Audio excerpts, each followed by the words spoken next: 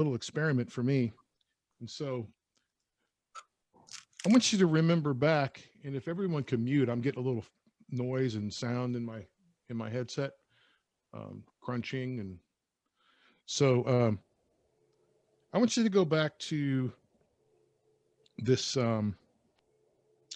time in the movie called Raiders of the Lost Ark.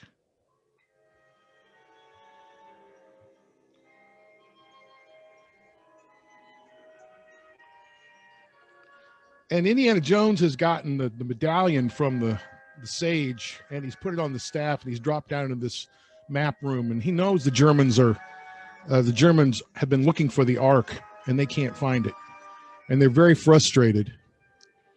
And so he figures out a way to find out where it is. And the sun comes in, and it shines a little light, a beam of light, a laser, down onto the floor. And he looks at the camera straight ahead, and he says, "They're looking in the wrong place. They're looking in the wrong place. They're not going to find it." So I would say that we've been looking in the wrong place for some of the answers that we're not finding. And a lot of this has to do, for me, with emotional intelligence, awareness, and mythology actually does address the whole experience of story and listening, does address some of these issues of societal issues, I think, that we're having. So I'm going to give you a presentation today on myth, and myth. So don't myth out or myth place it. I hope this is experiential for YARcce. This is a quote from Samuel Taylor Coleridge. There's no somebody just came in. So it says, "My opinion is this, that deep thinking is only attainable by a person of deep feeling, and that all truth is a species of revelation." All truth is a species of revelation. And I'm sorry, I'm having a little issue with my mouse.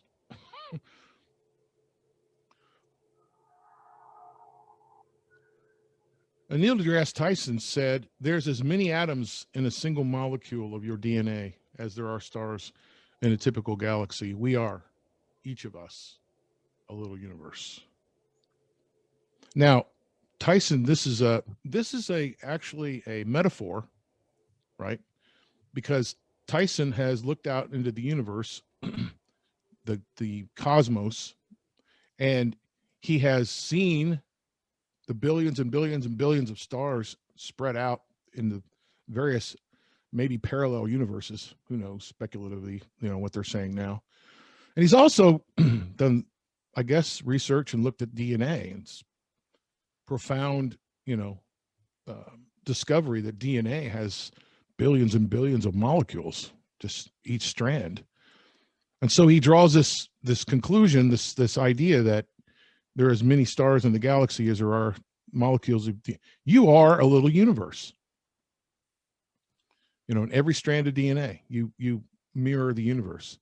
This is a deductive, conclusive deduction metaphor. This is coming from the outside and making a claim, that's most of the issue that we have in our civilization. Is we approach everything deductively, from standpoint of gather evidence, get information, and draw conclusions. So it's kind of like an outside-in model, and this is kind of like what I want to be exploring during this talk. Generally speaking, I'm going to see if I can get rid of this. You can read that for yourself. The germ of the future a future composition comes suddenly and unexpectedly. It takes root with extraordinary force and rapidity, shoots up through the earth and puts forth branches and leaves and finally blossoms. I cannot define the creative process in any way but by this simile. Does anyone know who said that? It'd be Tchaikovsky,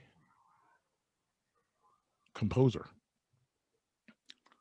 So he's talking about the moment of insight, a flash of something happens, which I would call more from an inductive place, a realization, not from a deductive place of conclusive thinking. So I want to kind of like draw attention to both of these things from at the very beginning here. This is another quote that I like. Symbols are the language of myth, because myths teach us in symbols. The more we work with symbols, the more meaning can unfold, because symbols reveal an inner mystery.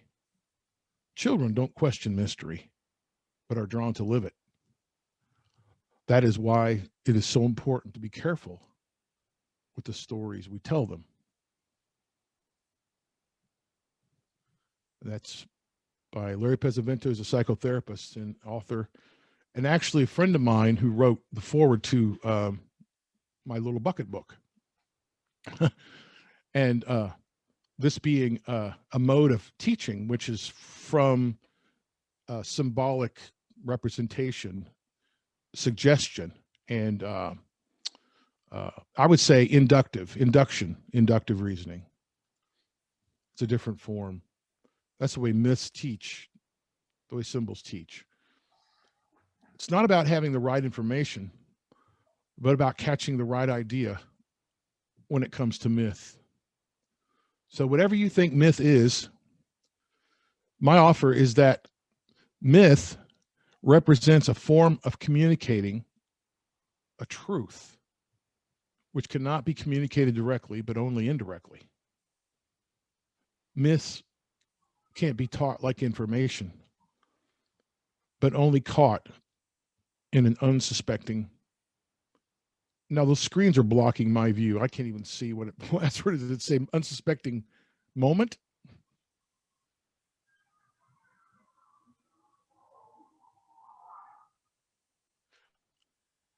So I took, you guys don't, maybe you don't know this, but I took my books on a tour last year, right at the beginning of COVID, by the way.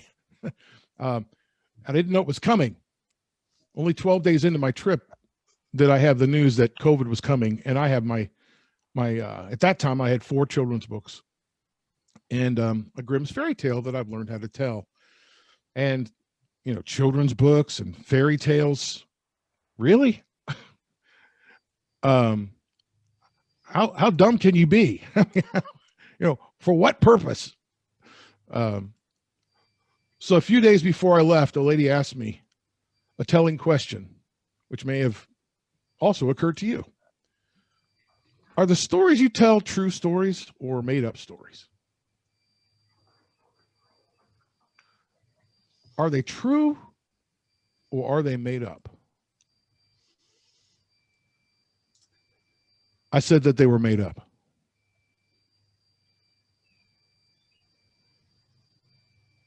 And true. How could a made up story be true? That's what myths do. If you guys know Joseph Campbell, I'm not sure if you've ever heard of him, but he was a mythologist and historian. And then back in the 1980s, he did an interview with Bill Moyers that they titled The Power of Myth. And he said this, that myths are true in different senses. They are clues to the cosmic mystery that reveal the depth potentialities of the human psyche. These are ways that our ancestors had to communicate with each other and with their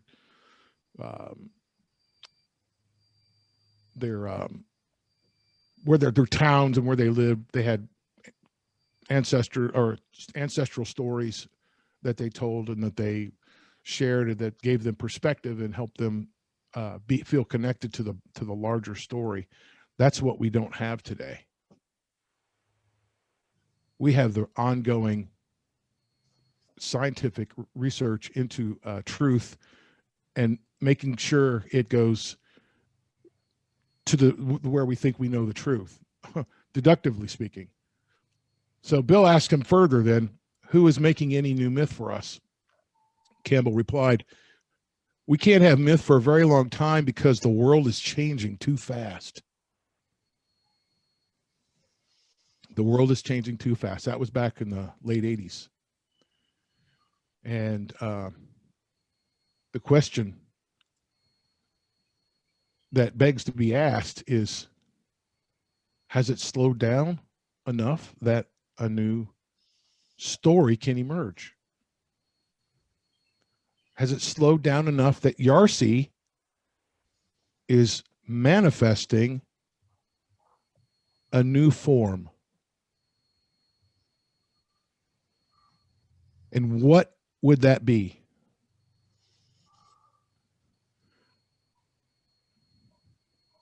And the next question is, have you slowed down enough to find that, I would say, that story space, that story place where you can really realize what participating in this organization, plus being just a general, I mean, a human on now a kind of more of a equal playing field on the planet, or at least that's kind of the way I see it. And what's the relationship between you and it and the world, the larger world? It takes a bit of reflection to sort of sink down into that space. If we're always chasing the truth of the facts that we think we need to chase, there is this other energy that begs us to pay attention. And it's kind of what this is about. That's what I'm talking about. So, how did you answer my question on Mighty Network? For those of you that participated, remember back on Mighty Networks, I asked you to ask you about this. So just give yourself a moment and watch to see what your mind conceives when you define the word. I love this program. Myth. What does your mind conceive? What comes up for you when you hear the word myth? Now, I've given you some of my takes on it so far. So some people answered, and here again, I'm blocked because I can't turn off these controls. They're just that thing's in my way. Well, Jean said, remembered the Sisyphus myth, or the Sisyphus story, which pushed the rock. The guy was pushing the rock up and back and down the hill, symbolizing man's toil. As soon as you get up to the top, the rock goes back down. You got to get up and push it back up to the top. Human toil, forever futile. And then Julie's got more to the place where I think most people are with myth. The idea is it myth or reality? Is it myth or fact? And when I got back to Florida here a couple of weeks ago, I saw a brochure that was being passed around for COVID-19 that said, dispelling myths of COVID-19. In other words, myths are untrue stories. These are all the untrue stories that you're hearing about. Don't believe them. Don't believe these stories. These are the myths. Here are the facts. We have lost the meaning of the word myth in postmodern, post-industrial, post-enlightenment, 21st century reality. And then Ron had responded earlier. This is a story that can keep folks stuck in the past. And that's because of a certain form of belief that gets attached to the myth. We just think we can just throw the whole thing out. We just throw all of it out, when really we don't realize that what these stories are holding are actually bits of gold. Not all of them. They're up to be discerned. But so then Caroline said, "Did you mean to write that all in caps?" the word myth. And actually, I did, but it was intending to talk about the difference between like a grand narrative. What's the grand narrative of the world right now, and then what is your personal narrative? You know, and then what are the myths that have influenced you in your life? What are the things that you have been shaped and formed and, you know, by? Those are myths also, just mostly unconscious. And I'll get to Caroline's question a little bit further. So in the Chris, and I don't want to take the time here to go through all these, but I really do appreciate everybody's answering, taking the time to do that. Oh, and then Barry's remembering the C.S. Lewis quote when C.S. Lewis said, you know, we now have the myth is real. The myth is true. It's a true myth. In other words, Jesus he was actually God. And that's the same thing that Constantine in the Roman Empire declared. He made everybody and everything was going to be Christian. And that made it nice for the whole world. Not. And then I kind of did a little over the top on replying to you there, Barry, but pattern recognition was something that I gravitated with. I think that's a really, myths represent patterns, psychological, as Campbell said, depth potentialities inside of ourselves. And we only know a myth when we get caught by it. Actually, that's the trick. Okay. And again, I'm having a real hard time here because all this is in the way. There can be little doubt that history, when things change or shift, it's because a new observation has been made. That's what I'm about to do with you here. That's what I'm trying to do. I don't know if it's working. I don't know if you're drifting off into some other space or some other place. But that's what I'm trying to do with you here, make a new observation or just stir up this whole idea of myth. I want this to be about our own investigation, our own scientific investigation, however abbreviated. So reflect on this postulate. And I want to invite everyone to turn their mic on for just a second. And have you ever thought about this? Go back to the Dark Ages and think about what the Dark Ages turned into the Enlightenment. What happened to make the Enlightenment? What were the energies? What were the powers that brought enlightenment to, in your own words, to the world? Red Bull. What? It didn't exist. But other ways of stimulating ourselves. For me, it's knowledge. Knowledge? Yep. Okay. What else? Lou? I think, again, this is a metaphor, but they stopped burning books. And they stopped burning books because suddenly they needed them and they needed knowledge and they needed to investigate because of mercantilism, because they started exploring the rest of the world. They started, I mean, not like they never did it before, but they started doing it in a way that became much more important. So connection with the rest of the world meant that they had to accept knowledge rather than keep it out. Okay. Accept knowledge instead of keep it out. Is that right? I think so, yes. Okay. That, at least that's the way that I see it at this particular moment. Okay. Anybody else? What caused? I think it's probably Enlightenment is probably a myth anyway, and I'm not sure that we should call it the Enlightenment. Looked at in other ways, it's looks as though it's the destruction of the planet, and for our use. Not going to destroy the planet, of course, but the destruction of the planet for our use. So maybe it's not the Enlightenment at all, but the beginning of the really dark ages. Interesting, Kevin.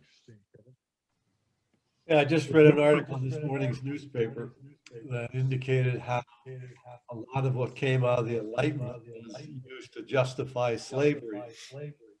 And they quoted Kant in particular from his writings and a number of others afterward, including a pope who was justifying enslaving Muslims and anybody from Africa.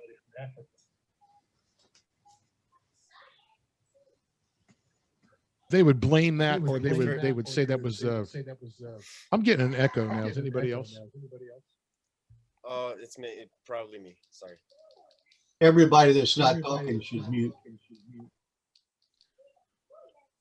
I would say to your question, for me,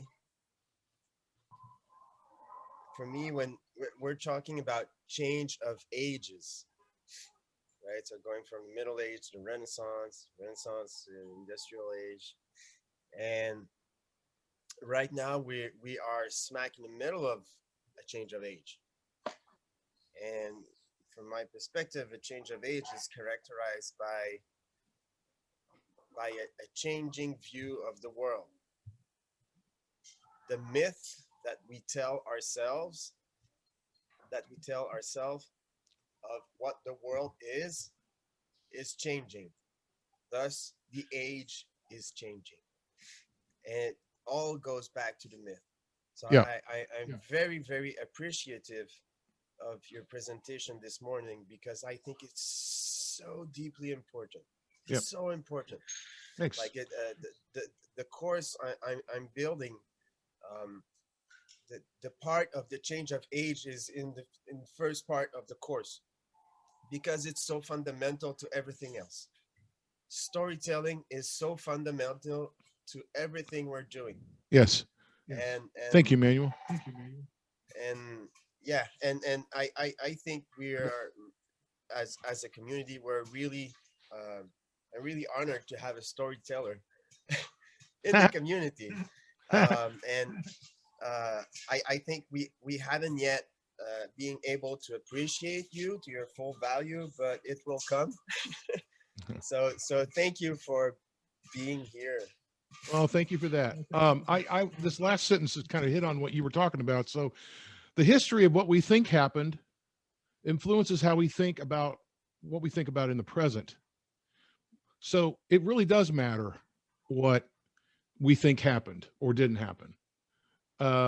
And because it manifests in the present and how we relate and how we then live out of this moment to the next moment, which is why I think it's really important for YARcce to deal with this, the level of its identity on the level of myth, on the level of the unexplored and the invisible, more the invisible world that we can't see.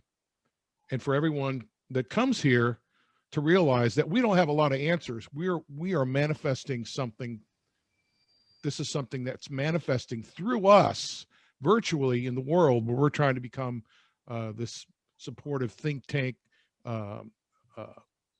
incubator space. And everybody's voice is important. No one's voice, everybody has value. DAO. It's all related to myth. For our purposes here, I'm going to just briefly give you my theory is this. When the outside world or external reality was discovered or observed, whether or not you think it was a good thing, Isaac Newton was 26 years old and he was, developing calculus. He was 26. And the Copernican revolution occurred. The earth is not in the middle. The sun does not go around the earth. The earth goes around the sun. Those were huge shifts in consciousness. And this insight and shift happened, and science hit the fan. LOL. It began to study and to know the external world. Science displaced the old ways of knowing. Science displaced the old ways of knowing, which were more internal. What it also displaced was the intercorrelation that humans experienced with the outside world. Think about, you're just shattering your reality to the point where cognitive dissonance existed out the wazoo. Everybody was walking around in the daze in a stupor. It was a huge change. And I think it initiated a silent suffering on the planet. No one knew what to do with it, or or what to make of it. So the loss of this depth of connection is what Freud and friends and family and other members of the 20th century began to observe and scientifically investigate at the beginning of the 20th century. He talked of repression and hysteria as manifestations of something that he couldn't even understand. Today, this loss manifests, I think, as depression and in other ways, and other psychological problems. But can you imagine the loss in the West building up for 400 years, since like Copernicus until the beginning of the 20th century? And suddenly they're starting to deal with this, the implications of what we've been ignoring. And I know I'm overgeneralizing, okay? And this is, but part of the storyteller's job is to put a context and wrap some things around. And I think this is, to me, this is what it says, that they were dealing with huge upheaval, huge, people not ever really processing any of their feelings or knowing how to express themselves, or just kind of like what we got going on today.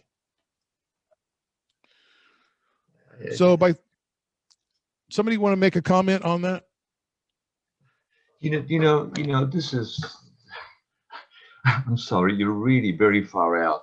The change, what you call the science going wazoo, was not as it was very, very simply a demonstration, really,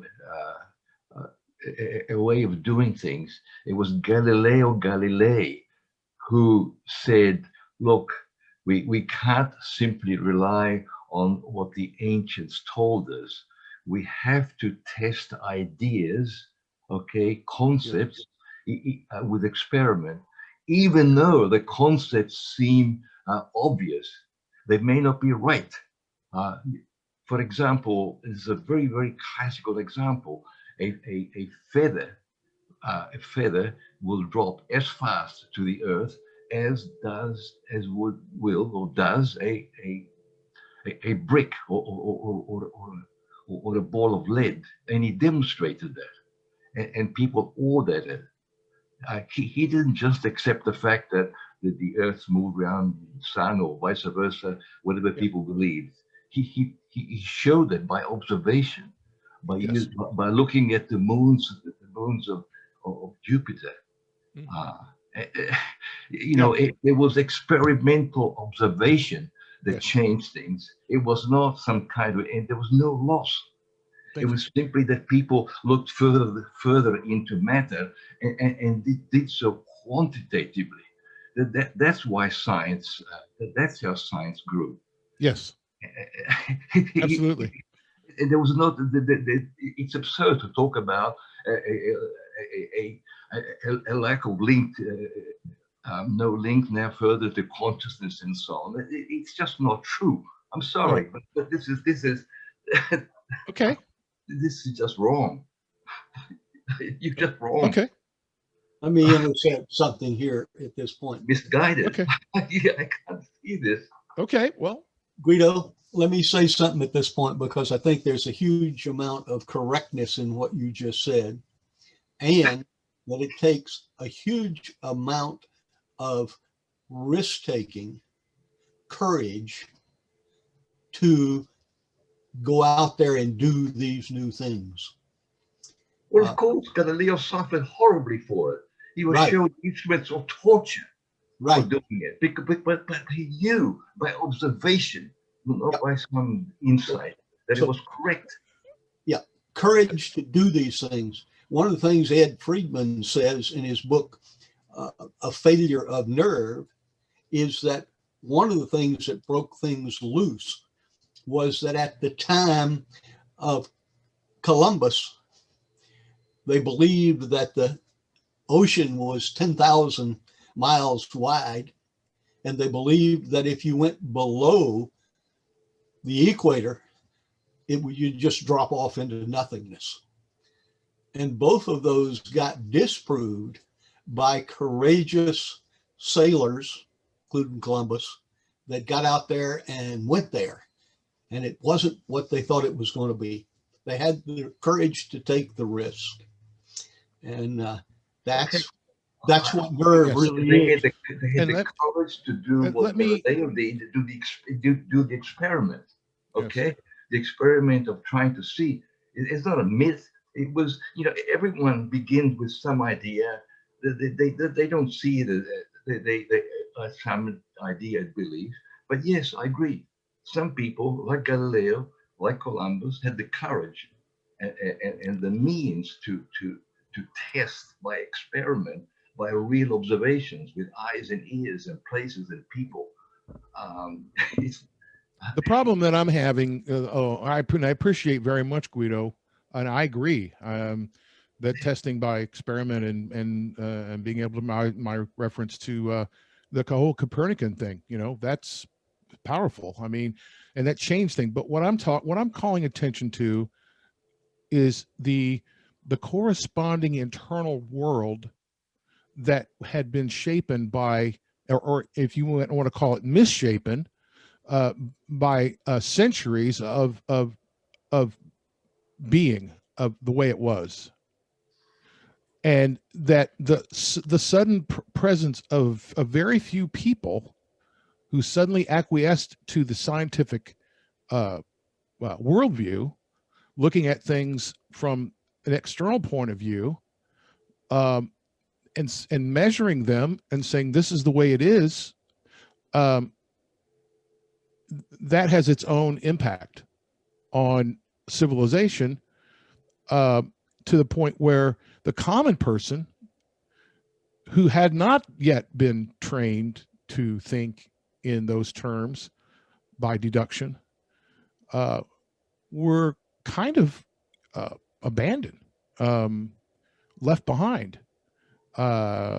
If you have, and I'm going to say, and I mean this with sincerity and humbleness, but science tends to have an elitist attitude about reality and about the way the reality works, the way reality operates, the way reality is.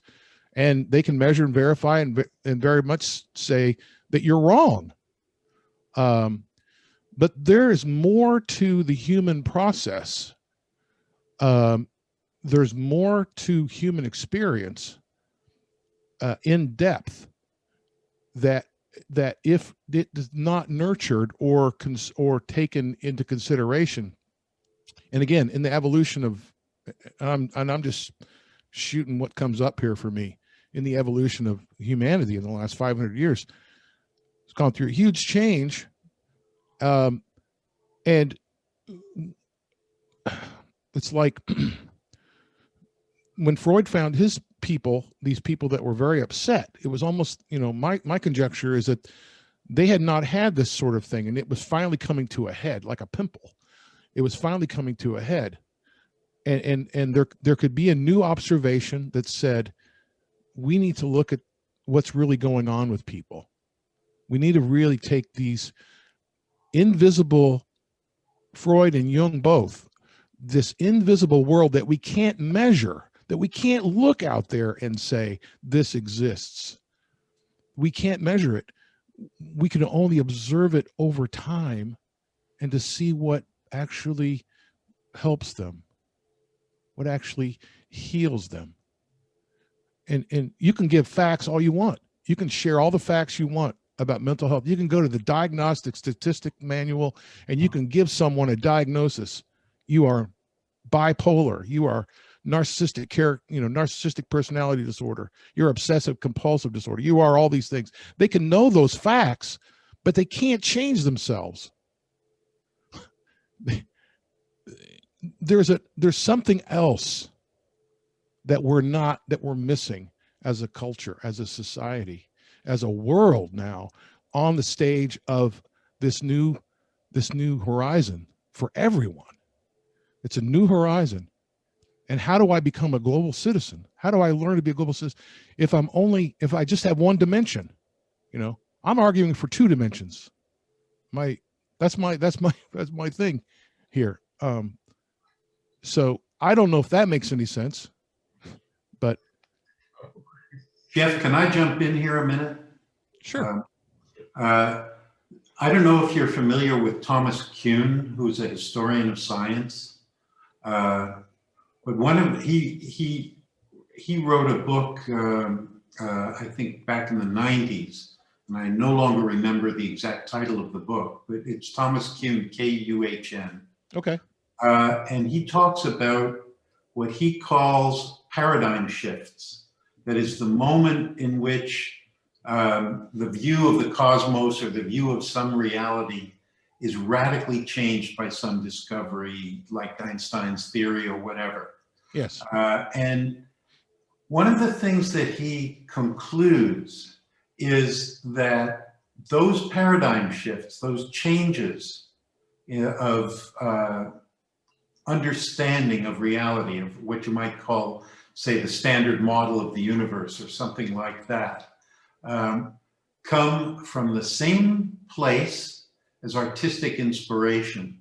Yes. It comes not from experiments, but from some sort of hunch or intuition that then leads the scientist to do the calculations and the studies and all the rest of it.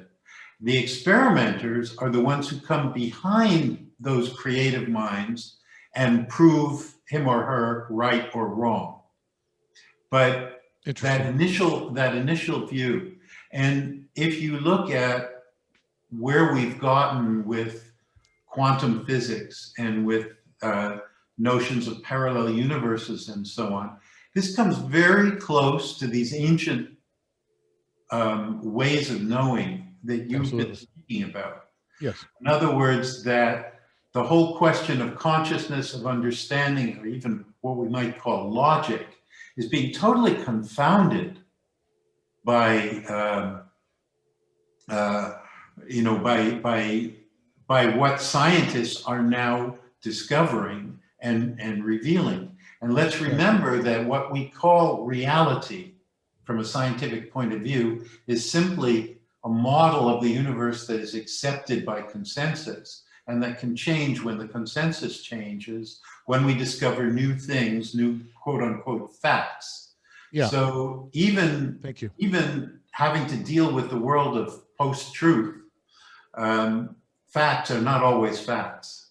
Yes, I would comment too, and thank you for that. I love the whole discovery process, and then the idea that the scientists then come and they verify whether or not the thing is true. But you can't put that, using that analogy, you can't put that into like Tchaikovsky's saying, how would scientists come along and prove that his symphony was true? It was just beautiful. I mean, the essence of the symphony, for anybody that creates anything. And this is the rub for me. The beautiful manifestation of what's beautiful can't be harnessed or reduced down to a definition. I mean, reductionism, it comes back to that. And so there's an effervescence, experiential, that when someone has an experience of the other side or the underside or the invisible world, I call it the inductive world. And I'm not going to get through all my slides, so I'm, but I really, I didn't know if I could anyway, because this is, to me, this is the richness of the worlds that we inhabit. Let me suggest something, Jeff. Yeah. If you're not going to go through more slides, stop sharing. Well, I want to go to the end. I want to go to the end, because I think this could be a helpful thing. I'm gonna try to flip through here and go through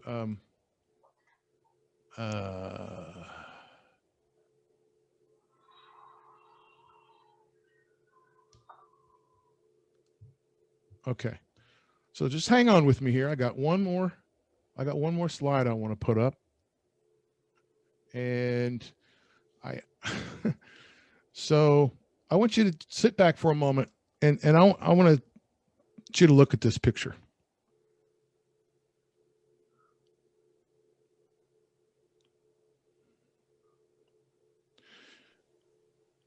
And I invite you to find yourself in the audience. Not possible. It looks like the attendees at a Trump rally. Come on, Steve. Just play with me for a minute. This is just playing. So, and then I want you to imagine that what are you looking at? You're looking up at a screen, correct? And the screen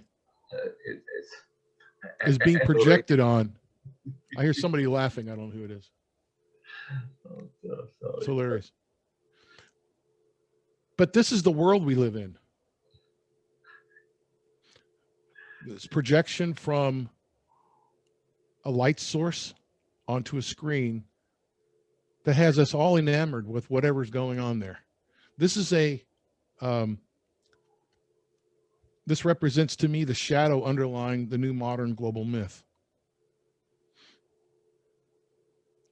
This is the myth of reality that people chase. And it's actually a modern Plato's cave. And I would have gone through that had I not wanted to jump here to the end.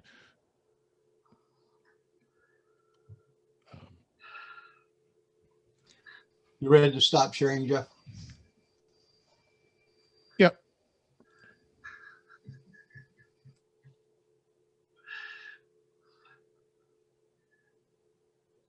If I could find out where to stop. Oh, there it is. Okay.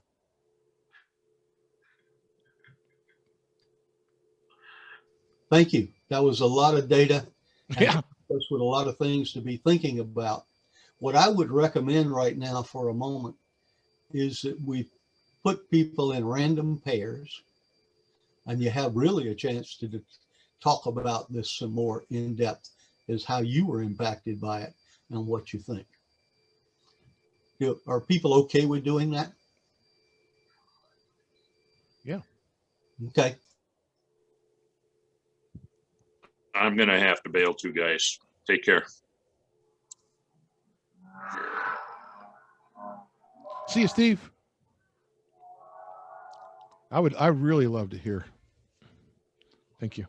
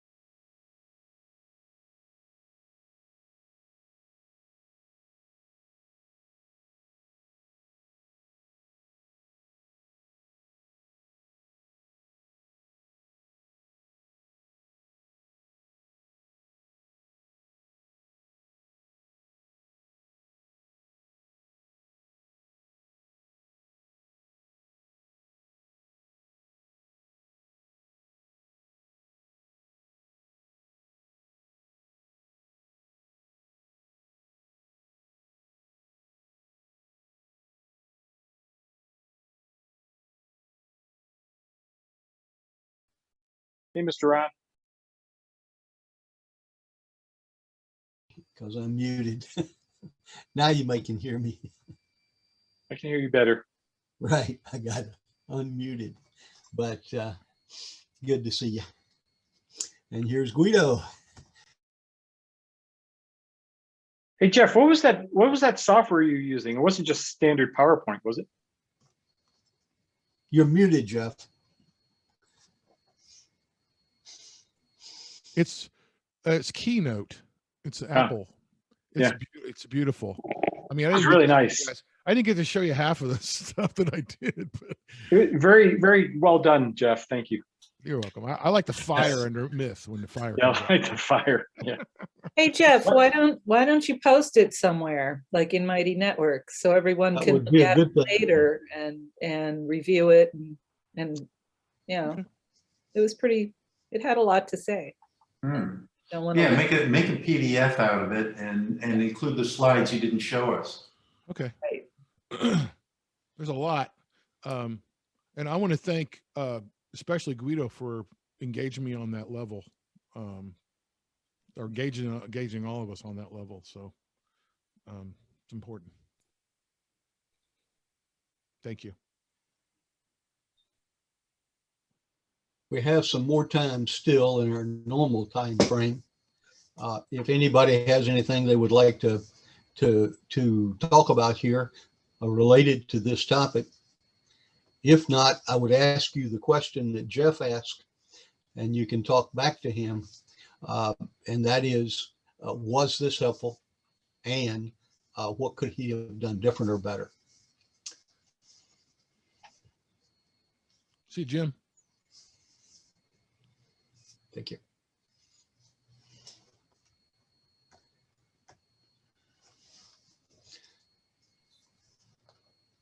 Well, I think And just to personally. relearn from them. Oops. Go ahead, Cindy. We can hear you. Oh, I was just thinking that, and I was sharing this with Ed, that I think my style is usually to try to get some of the interaction in my talks, and it might have been interesting. I know you threw the myth thing out a couple weeks ago, but not a lot of people responded to it. So I don't know. One thing I personally would have done probably would be try to make that an exercise that you did with somebody in a breakout room. Like, you know, these are things that we think of when we think of myths. Get together with someone and talk about how does that relate to science or something. Just so people start to feel very engaged in your topic and you start to hear what everyone else already thinks about it. Just a thought, if you do this again in the future, I like to get people involved right away and not remembering, well, what did I write in there? What did I say? What else was in there from a couple weeks ago? So, or you did show them, but you didn't go over all of them or try to, you know, it wasn't like you tried to put them together somehow and make like, this is what I think the group thought about it. It's not a criticism, it's just it would be a different, I just have a different style. It might have made things a little more interactive. So I'll leave it at that. Others? I'm reflecting on how we apply this to the work that we're trying to do in YARcce. And I'm not sure that I have any clear answer, except that when you say, Jeff, that we're trying to build our own mythology, that somehow rings true to me in the sense that what we are doing is itself a paradigm shift.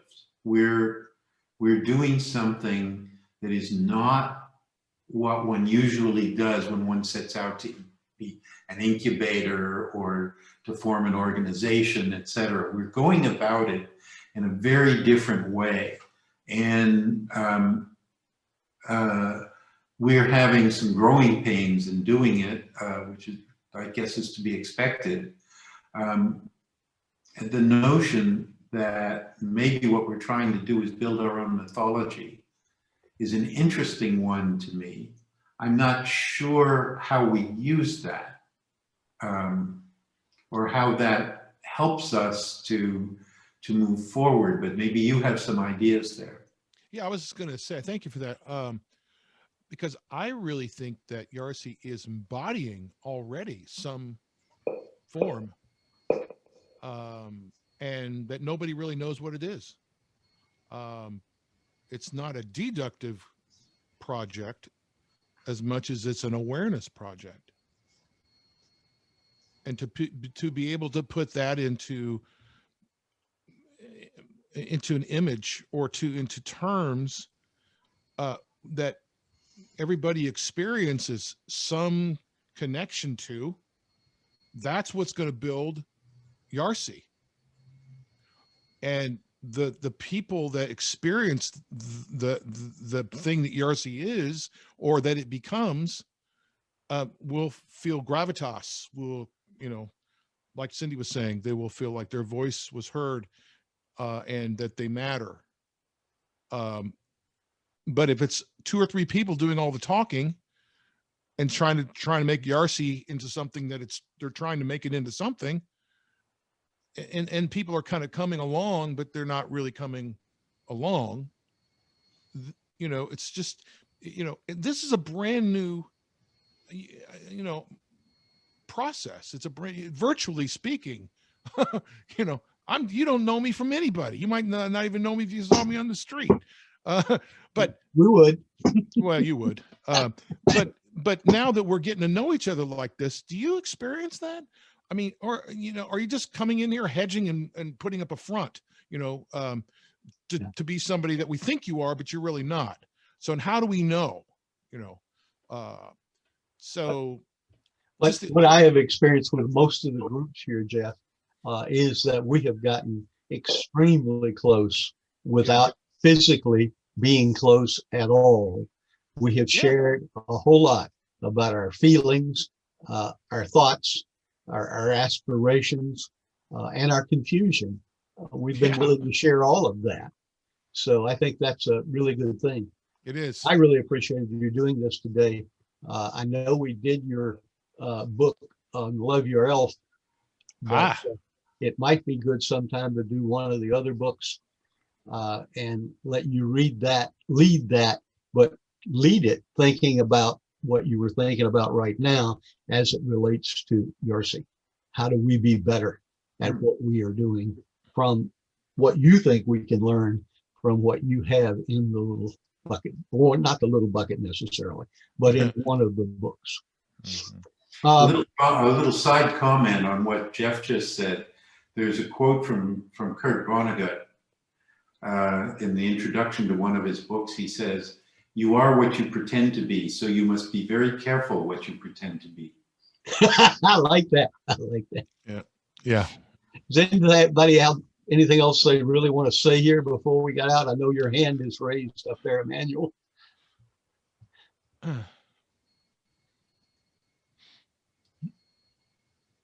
I think we can hear you if you talk. Yeah, Emmanuel. Maybe not. Yeah, I hear him. Yeah. Okay. Very soft, though. You can speak louder or closer to the mic. All right. Just to respond to Ray, I'll post a video this week about myth and about from a systems thinking point of view. It's a video from Russell Akoff, and for me it's really the start of the conversation, how we can apply this to YARcce. And yeah, so it'll be a short video, like 10-15 minutes max. I'll post that into Mighty Networks. Super. And I really do think that revisiting our myth can be actually very helpful, even with science. Like you look at the NASA designed very specific rotary wheels that they used in space based on the description in the book of Enoch. Right. So yeah, Don't go I there. do think, yeah, but it's factual. So yeah, I do think it's important to revisit myths. Ed, you wanted to say something? Yeah, I was kind of cogitating, but one of the things Jeff said kind of started a certain thread in my head, and it was something about everybody and the universality of that and globalness of it struck me, because I don't think there is everybody. If anything, my impression of the time we're going through is more ability for us to express our uniqueness individually, whether it's with the tattoo I put on, with my style of dress, with my background on my screen in Zoom, more ability to stand out in some way and be me, whoever me wants to be. And that what I believe one of the things YARcce may be doing is giving people more ability to be outside the box that a traditional corporation has used effectively, or the military or whatever else, for organizational purposes. We've had all this verbiage about thinking outside the box, but now there are people talking about getting outside the box. And to me, symbolically, the organizational diagram of boxes linked together and stacked like blocks of a pyramid are the boxes we're trapped in. And they don't often allow us to express and utilize all of what we are. And Jeff, in a way, is illustrating that differentness today, because some of us don't give a big flute about what the hell Jeff is talking about, one way or another, and others of us will be absolutely fascinated by it and recognize the value of what he's bringing. And that part of YARcce is also the story each of us will tell in our own unique way to somebody else, because it's our experience of it. So it demonstrates that even though we're in boxes on the screen, we probably should, make wiggly lines around the edges or something to illustrate the fact it's not quite that circumstance. And, Jeff stopped listening now. He so much wants to talk. No, I've heard you. Hear what I'm saying? Because I got to talk. I got to I got talk. one more thing. There's something in my brain that has We're to in come out. boxes on the screen. I know. I get that. Right. I'll stop. Go ahead, Jeff. Expressing our uniqueness, and you're expressing your uniqueness, Ed. Yes. But I want to request, if I have one more opportunity to say one more thing that's going to, I think, put this in kind of a perspective that I would like to. It's a quick story. Go ahead. Okay, so I'm in Barnes and Noble last week ago or so, and I'm sitting there. I just picked up a book called Quantum Creativity, and I'm reading it. I'm looking for it. I'm reading it. I'm sitting there in a cafe drinking coffee, and I look over, and there's a guy 6 feet away at a table reading quantum mechanics, a big, thick book. It's like my book's like this size, and his book's like this size. And I'm like, oh my gosh, that's really cool. What a quantum moment. I have an opportunity to ask him about what he's learning. And, and I'm thinking, I don't want to interrupt him and hear COVID. He's got his mask on. And so I gave up. And then I thought, no, I'm going to do it. I looked over and he was gone. So I looked over to the magazine rack and there he was. So me, guys, I just want to make an opportunity to just take a quantum leap here. And I go over to him and I said, excuse me, sir. I said, but I noticed that you were reading a book on quantum mechanics. And I just picked up this book. I've been reading it for 15 minutes called Quantum Creativity. And I said, I just want to know, is there I just want to make this moment just to reach out. And he said, you'll never get it. You'll never get it until you understand the math. Sour face, looked down, walked away. So, okay, what's the reality in that situation? I'll leave that to you to decide. we need to, I think, at this point, wrap up. I'd like to make one statement. Either we need a new topic, or we should put this under the topic of values and boundaries, because it is that kind of thing that we're dealing with within YARcce. If you'd put it there for now, anybody that has anything follow on. If we want to break it out, we can break it out later. And unless somebody has something burning that they need to say, I'd like to start us out. Ed wants to say something. One quick thing, I'd like to, if when we finish, I'd like to chat with Guido and Kevin for a second, if they can stay for a moment or two and don't close this down, Ron. I won't close it down. Okay, this has been really fascinating for me.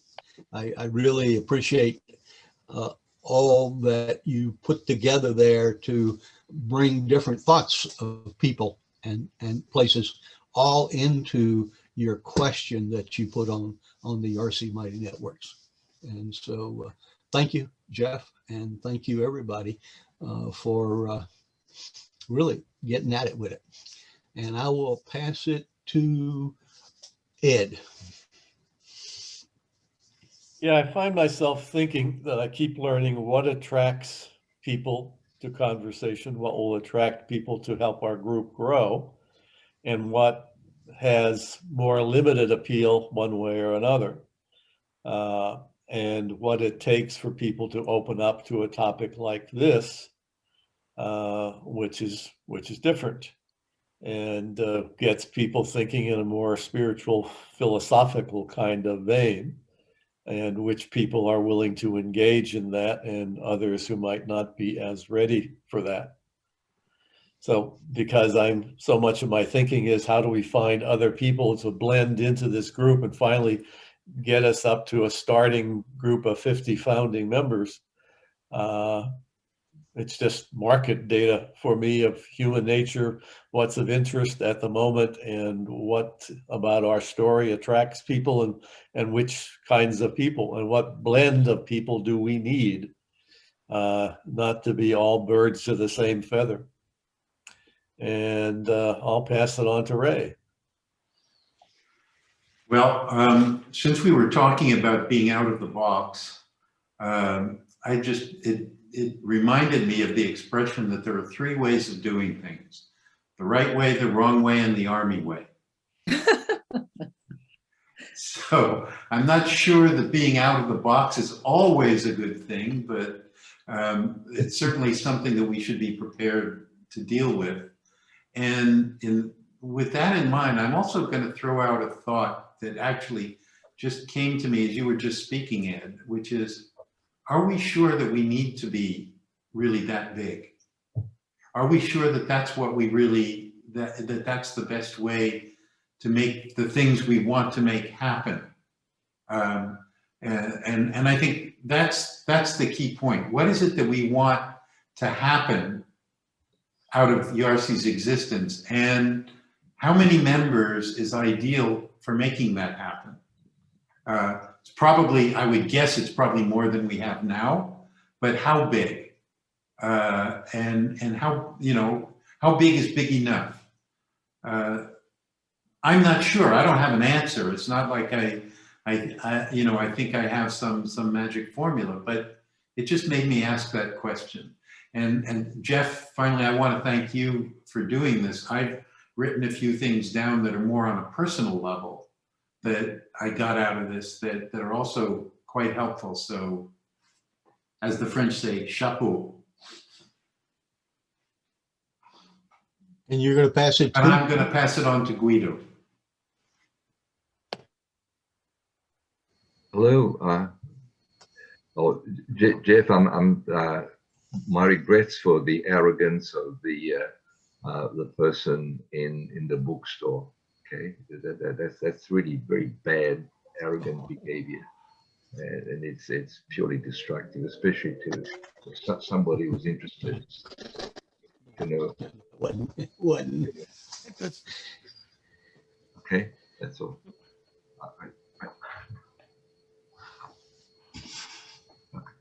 Pass it to someone, Guido. Hello? That's all I can say. You need to pass it give it to to somebody, either Cindy or Kevin.